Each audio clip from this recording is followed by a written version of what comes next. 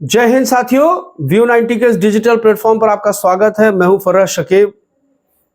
18वीं लोकसभा के सदन की शुरुआत होने के दूसरे दिन जिस तरह की परिस्थितियां इस देश के सामने उत्पन्न हुई हैं और जो तस्वीर ये देश देख रहा है,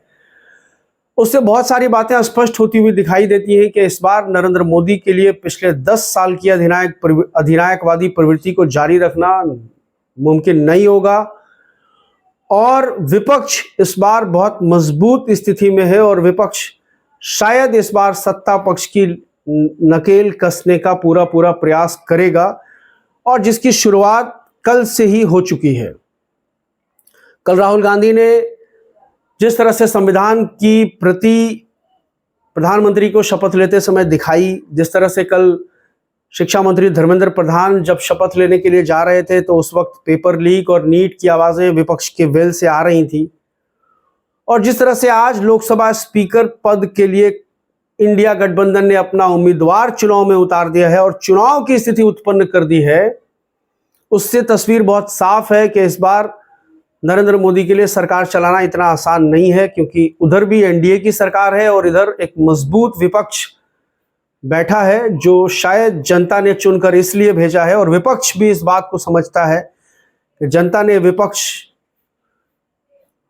तक जो हमको पहुंचाया है, वोट दिया है, वो इसलिए दिया है कि हम सरकार की तमाम जन विरोधी नीतियों के खिलाफ और तानाशाही के खिलाफ जो है आवाज उठाएं, उसका प्रतिरोध करें, उसका विरोध करें, और जो मनमानी सरकार लोकसभा में करना चाहती है उसको करने से हम जिस स्तर तक जाकर सरकार को रोकने में सक्षम हो पाएंगे, हम उसको रोकने का प्रयास करेंगे। आज जिस तरह की परिस्थिति उत्पन्न हुई, अगर हम एनडीए गठबंधन की बात मानते हैं तो एनडीए गठबंधन की तरफ से कहा गया कि राजनाथ सिंह जी ने मल्लिकार्जुन खड़गे साहब से बात किया, और मल्लिकार्जुन खड़गे साहब की तरफ से भी ये कहा गया, बल्कि राहुल गांधी की तरफ से ये कहा गया कि राजनाथ सिंह जी का फोन आया था, उन्होंने हमसे स्पीकर के पद पर समर्थन मांगा और बदले में हमने उनसे डिप्टी स्पीकर का पद मांगा कि डिप्टी स्पीकर का पद जो है वो विपक्ष के पास होना चाहिए। जो परंपरा है, संसद की परंपरा है, हमने लगातार कई सरकारें देखी हैं। जब यूपीए की भी सरकार हुआ करती थी तो उपसभापति का पद जो है विपक्ष को दिया जाता था, और गठबंधन की सरकारों में भी हमने देखा है। देवगौड़ा की सरकार को देख लीजिए, आई.के. गुजराल की सरकार को आप देखें, वाजपेयी जी की सरकार को देखें, या मनमोहन सिंह जी की सरकार को देखें, अगर सभापति यानी लोकसभा अध्यक्ष का जो पद है वो अगर सत्ता के पास है तो विपक्ष के पास डिप्टी स्पीकर का पद हुआ करता था। इस बार 2019 तक, जो 14 से 19 तक का जो सरकार का टेन्योर था, उसमें लोकसभा स्पीकर और लोकसभा के डिप्टी स्पीकर का पद दोनों भारतीय जनता पार्टी ने अपने पास रखा था, बल्कि किसी सहयोगी दल को भी नहीं दिया था। और 2019 से 2024 का जो कार्यकाल था उसमें तो उपसभापति का पद ही नहीं था। ओम बिरला साहब लोकसभा के स्पीकर के पद पर आसीन थे और वही पूरा सदन चला रहे थे। अब आप एक बात समझ लीजिए कि लोकसभा स्पीकर का जो पद होता है वो किसी पॉलिटिकल एफिलिएशन से ऊपर उठ करके होता है और वो सदन का सर्वमान्य नेता माना जाता है, एक संवैधानिक पद होता है। और लोकसभा के स्पीकर के पद पर आसीन होने वाला जो व्यक्ति है वो पक्ष और विपक्ष दोनों को एक ही नजरिए से देखता है, एक ही चश्मे से देखता है, और लोकतंत्र के अंदर एक स्वस्थ लोकतंत्र को बनाए रखने और उसकी जो गौरवशाली परंपरा है उसको बनाए रखने में एक लोकसभा स्पीकर का जो पद होता है और उसकी जो भूमिका होती है उसको कैसे लेजिटिमाइज किया जाए, उसको कैसे जारी रखा जाए, उस लिगेसी को कैसे मेंटेन किया जाए, लोकसभा स्पीकर का दायित्व ज्यादा से ज्यादा वो होता है। लेकिन पिछली जो लोकसभा थे उसमें जो स्पीकर के तौर पर जो ओम बिरला साहब मौजूद थे, उनको हम लोगों ने किस कैरेक्टर में देखा है, किस चरित्र में देखा है, ये बहुत ज़्यादा बताने की ज़रूरत नहीं है कि वो एक बार जो है कभी वो माइक अनम्यूट कर देते हैं, कभी एक बार वो जो है 150 सांसदों को निलंबित कर देते हैं और सीआरपीसी का कानून पास करा देते हैं, कभी जो है वो कृषि कानून को मनी बिल के तौर पर संसद में पेश होने को मान्यता दे देते हैं और वो कानून बिना किसी चर्चा विमर्श के पास हो जाता है। तो जिस तरह की मनमानी पिछले लोकसभा में हमने देखी है, विपक्ष के खिलाफ जिस तरह का दमन चक्र हमने देखा है लोकसभा के अंदर, और लोकसभा स्पीकर की एक महत्वपूर्ण भूमिका रही है उस दमन चक्र में, उसके बाद दोबारा एक बार फिर एनडीए का इरादा बहुत स्पष्ट है ओम बिरला के नाम को सामने करके लोकसभा स्पीकर के तौर पर कि वो आगे किस तरह की संसद को चलाने की मंशा रखती है, किस तरह का इरादा रखती है। और शायद उसी इरादे को भांपने के बाद, उसी मंशा को भांपने के बाद विपक्ष ने चुनाव की स्थिति उत्पन्न कर दी है और अपनी तरफ से के सुरेश जो केरल से चुनकर आते हैं, केरल के मवेलिकारा लोकसभा सीट से वो चुनकर आते हैं, 8 बार के चुनकर आए हुए वो सांसद हैं, सबसे वरिष्ठतम सांसद हैं उनको, और दलित समाज से आते हैं, उनको लोकसभा के स्पीकर की तरफ से विपक्ष के उम्मीदवार के तौर पर प्रोजेक्ट कर दिया गया है। अभी हमने देखा कि प्रोटेम स्पीकर का जब मामला आया तो उसमें भी नरेंद्र मोदी की सरकार ने क्या किया। प्रोटोकॉल के हिसाब से संसद की जो नियमावली है उसके हिसाब से जो सबसे वरिष्ठतम सदस्य होता है सदन का, उसको प्रोटेम स्पीकर बनाया जाता है। लेकिन और उस क्राइटेरिया पर सबसे पहले के सुरेश का नाम जो है सामने आता है, जो वो 8वीं बार लोकसभा में चुनकर आए हैं, सबसे वरिष्ठतम सांसद हैं लोकसभा के। उनके बजाय बीजेपी को छोड़कर भारतीय जनता पार्टी में शामिल हुए महताब साहब को जो है ये प्रोटेम स्पीकर का दर्जा दिया गया, जबकि वो उनसे एक बार कम यानी 7 बार वो चुनकर के लोकसभा में आए हैं। तो प्रोटेम स्पीकर के वहां पर भी हम लोगों ने मनमानी देखी है भारतीय जनता पार्टी की, और अब लोकसभा के स्पीकर के पद पर भी सहमति नहीं बल्कि समर्थन मांगा गया। सहमति और समर्थन में फर्क होता है, इस बात को बहुत स्पष्ट रूप से आप तमाम दर्शक समझ लीजिए। एक होती है सहमति, एक होता है समर्थन। हमने तय कर लिया, अब आप समर्थन दीजिए, और हमारा ये विचार है, आपकी भी हम सहमति चाहते हैं। इन दोनों को आप इस तरह से समझ सकते हैं। तो राजनाथ सिंह जी को समर्थन नहीं, सहमति बनाने की जिम्मेदारी दी गई, यानी समर्थन बनाने की जिम्मेदारी दी गई। और राजनाथ सिंह जी ने खड़गे साहब को फोन किया, और राहुल गांधी जी जैसा कह रहे हैं कि खड़गे साहब के पास 3 बार फोन आया और तीनों बार खड़गे साहब ने डिप्टी स्पीकर के पद के लिए विचार करने की बात कही, लेकिन उन्होंने कहा कि हम बात करके आपको बताते हैं। उसके बाद जब राजनाथ सिंह जी से पूछा गया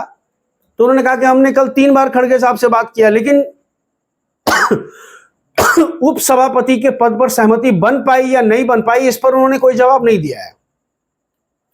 तो एक बार फिर ओम बिरला के नाम को सामने करके भारतीय जनता पार्टी, खास तौर से नरेंद्र मोदी और अमित शाह की जोड़ी ने यह स्पष्ट कर दिया है कि वो 18वीं लोकसभा में क्या कुछ करने की मंशा रखते हैं, क्या कुछ करने का इरादा रखते हैं। क्या छोटे छोटे दलों में तोड़फोड़ मचाई जाएगी? एक बड़ा सवाल यह है। क्या जनता दल यूनाइटेड के 12 में से 8 सांसदों को तोड़कर भारतीय जनता पार्टी में शामिल करा दिया जाएगा? क्या टीडीपी के 11-12 सांसदों को तोड़ लिया जाएगा? क्या उद्धव ठाकरे की शिवसेना को तोड़ा जाएगा? क्या आरएलडी को तोड़ा जाएगा? क्या राष्ट्रीय जनता दल को तोड़ा जाएगा और उनके सदस्यों को सीधा सीधा भारतीय जनता पार्टी में शामिल करा के उनको वैध करार दे दिया जाएगा, उनको मान्यता दे दी जाएगी? दल बदल कानून का कोई मामला ही नहीं बनेगा उनके ऊपर में, स्पीकर के हाथ में सब कुछ होता है। तो क्या ये इरादा है, या फिर किसी जन विरोधी विधेयक को मनी बिल के तौर पर पेश करवा करके बिना विमर्श के संसद से पारित कराने की मंशा है? जिस तरह से पिछले 2 लोकसभा में हम लोगों ने देखा है, 16वीं लोकसभा में किस तरह यूडीआई के मामले पर सरकार ने कोई विमर्श नहीं किया विपक्ष से, बल्कि जो यूडीआई और आधार कार्ड का जो मामला था उसको सुमित्रा ताई के कार्यकाल में मनी बिल के तौर पर लोकसभा में पेश किया गया और वो पास हो गया। जब मनी बिल के तौर पर कोई विधेयक लोकसभा में आता है तो फिर उसको राज्यसभा से पारित कराने की जरूरत नहीं होती है। यह टेक्निकल पहलू है, मैं आपको बता देता हूं। और पिछला जो टेन्योर रहा जिसमें ओम बिरला साहब स्पीकर थे, कृषि कानूनों के साथ भी यही किया गया कि उसको मनी बिल के तौर पर पेश करा के बिना विमर्श के उसको पारित करा लिया गया। तो ये बड़ा सवाल है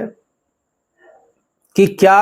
यही सब कुछ इरादा भारतीय जनता पार्टी का आगे भी है और ये इरादा विपक्ष समझ रहा है। हालांकि अगर हम संख्या बल की बात करें तो संख्या बल के हिसाब से ओम बिरला साहब का स्पीकर चुना जाना कोई असंभव सी चीज नहीं है। वो निश्चित रूप से स्पीकर के पद के लिए चुन लिए जाएंगे, जितनी संख्या उनके पास है बजाहिर जो अब तक दिखती है। लेकिन उसके बावजूद एक सांकेतिक प्रतिरोध के तौर पर ही के सुरेश का नाम दर्ज हो जाएगा विपक्ष की तरफ से कि विपक्ष ने सरकार को मनमानी नहीं करने दी। और ये भी दोनों गठबंधनों का लिटमस टेस्ट है कि क्या जो संख्या उनको दिखती है एनडीए के पास 293 और इंडिया के पास 235 की, क्या वो वास्तविक संख्या है? या उसमें कोई फेरबदल हो सकती है। बज़ाहिर कोई एनडीए के साथ दिख रहा हो लेकिन वो इंडिया गठबंधन के साथ चला जाए, बज़ाहिर कोई इंडिया गठबंधन के साथ दिख रहा हो और वो वक्त विधेयक पारित होने के समय या कल चुनाव के समय जो है वो एनडीए गठबंधन के साथ चला जाए, उसकी निष्ठा उधर एनडीए गठबंधन के साथ हो जाए, तो ये तमाम चीजें भी कल क्लियर हो जाएंगी।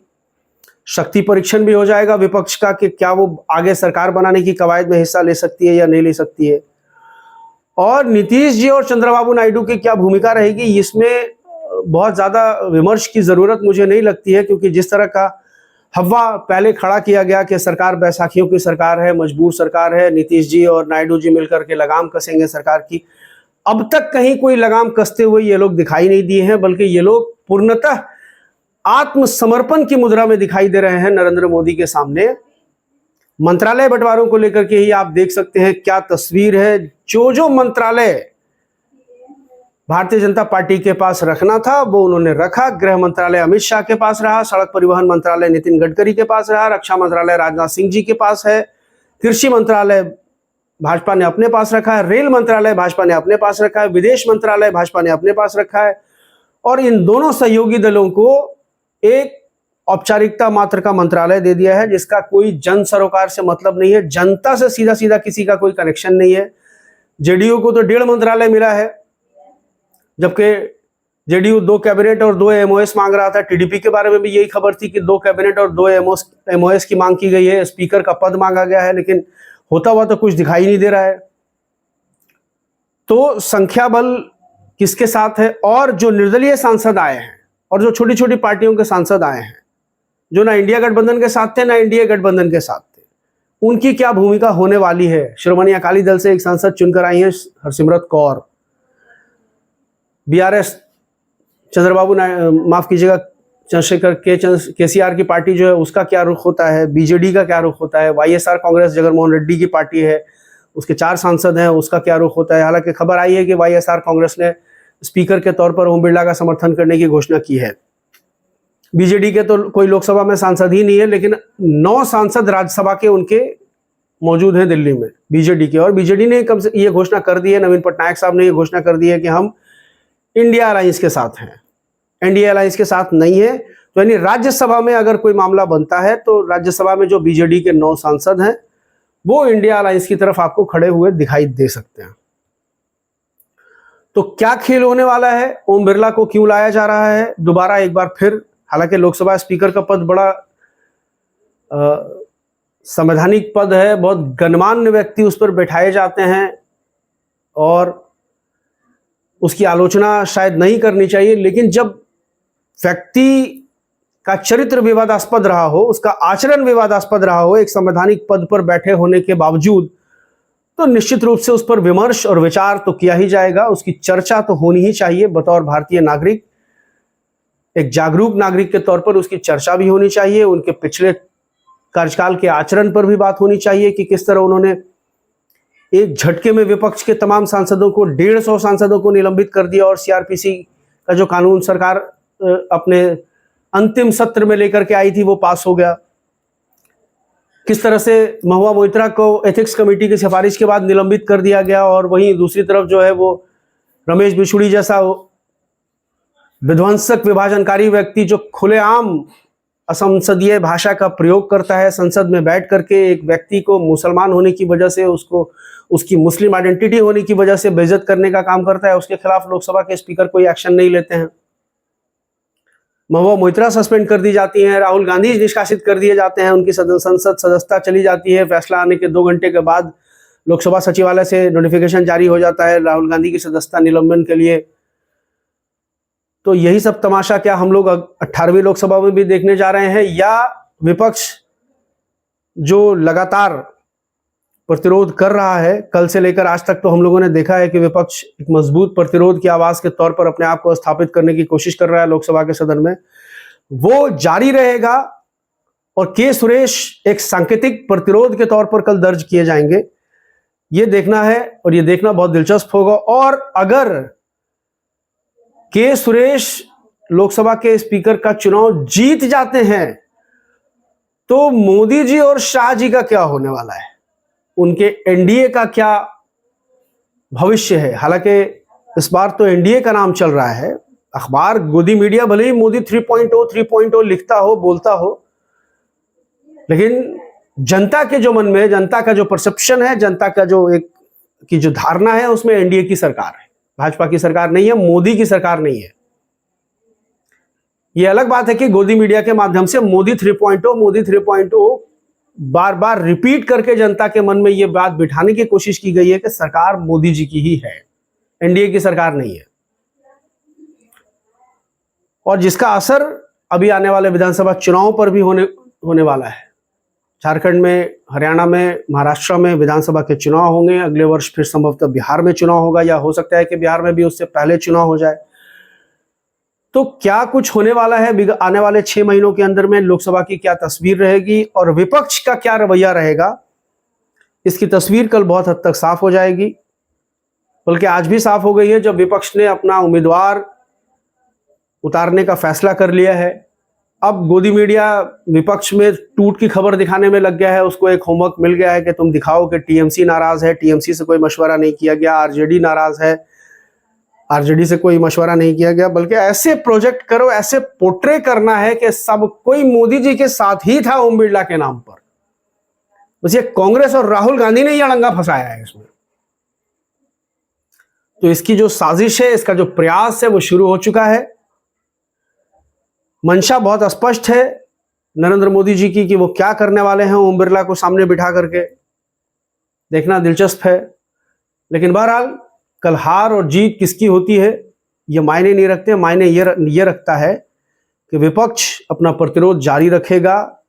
और विपक्ष इसी तरह मजबूती के साथ सरकार की मनमानी के खिलाफ खड़ा होगा। इस बात की आशंका प्रबल होती जा रही है। और उसके बाद कल देखते हैं कि सदन में क्या होता है। सबका अपना अपना लिटमस टेस्ट भी हो जाएगा और उसके बाद फिर सदन की कार्रवाई किस तरह शुरू होगी। अभी तो राष्ट्रपति का अभिभाषण होना है, बजट सत्र चलेगा, तो उसकी तस्वीर क्या होगी, उसकी शक्ल क्या होगी, ये भी बहुत हद तक कल जो चुनाव होने वाला है लोकसभा के स्पीकर का, वो 12-1 बजे तक उसकी तस्वीर साफ हो जाएगी। और कल फिर हम आपसे परिचर्चा के लिए हाजिर होंगे। तब तक के लिए दीजिए इजाज़त मुझे, मेरी एक अपील के साथ कि मेरे इस यूट्यूब चैनल को सब्सक्राइब कीजिए, लाइक कीजिए, शेयर कीजिए और अपने सहयोगियों के साथ, अपने रिश्तेदारों, दोस्तों के साथ हमारी इस वीडियो के लिंक को शेयर कीजिए। बहुत बहुत शुक्रिया, धन्यवाद।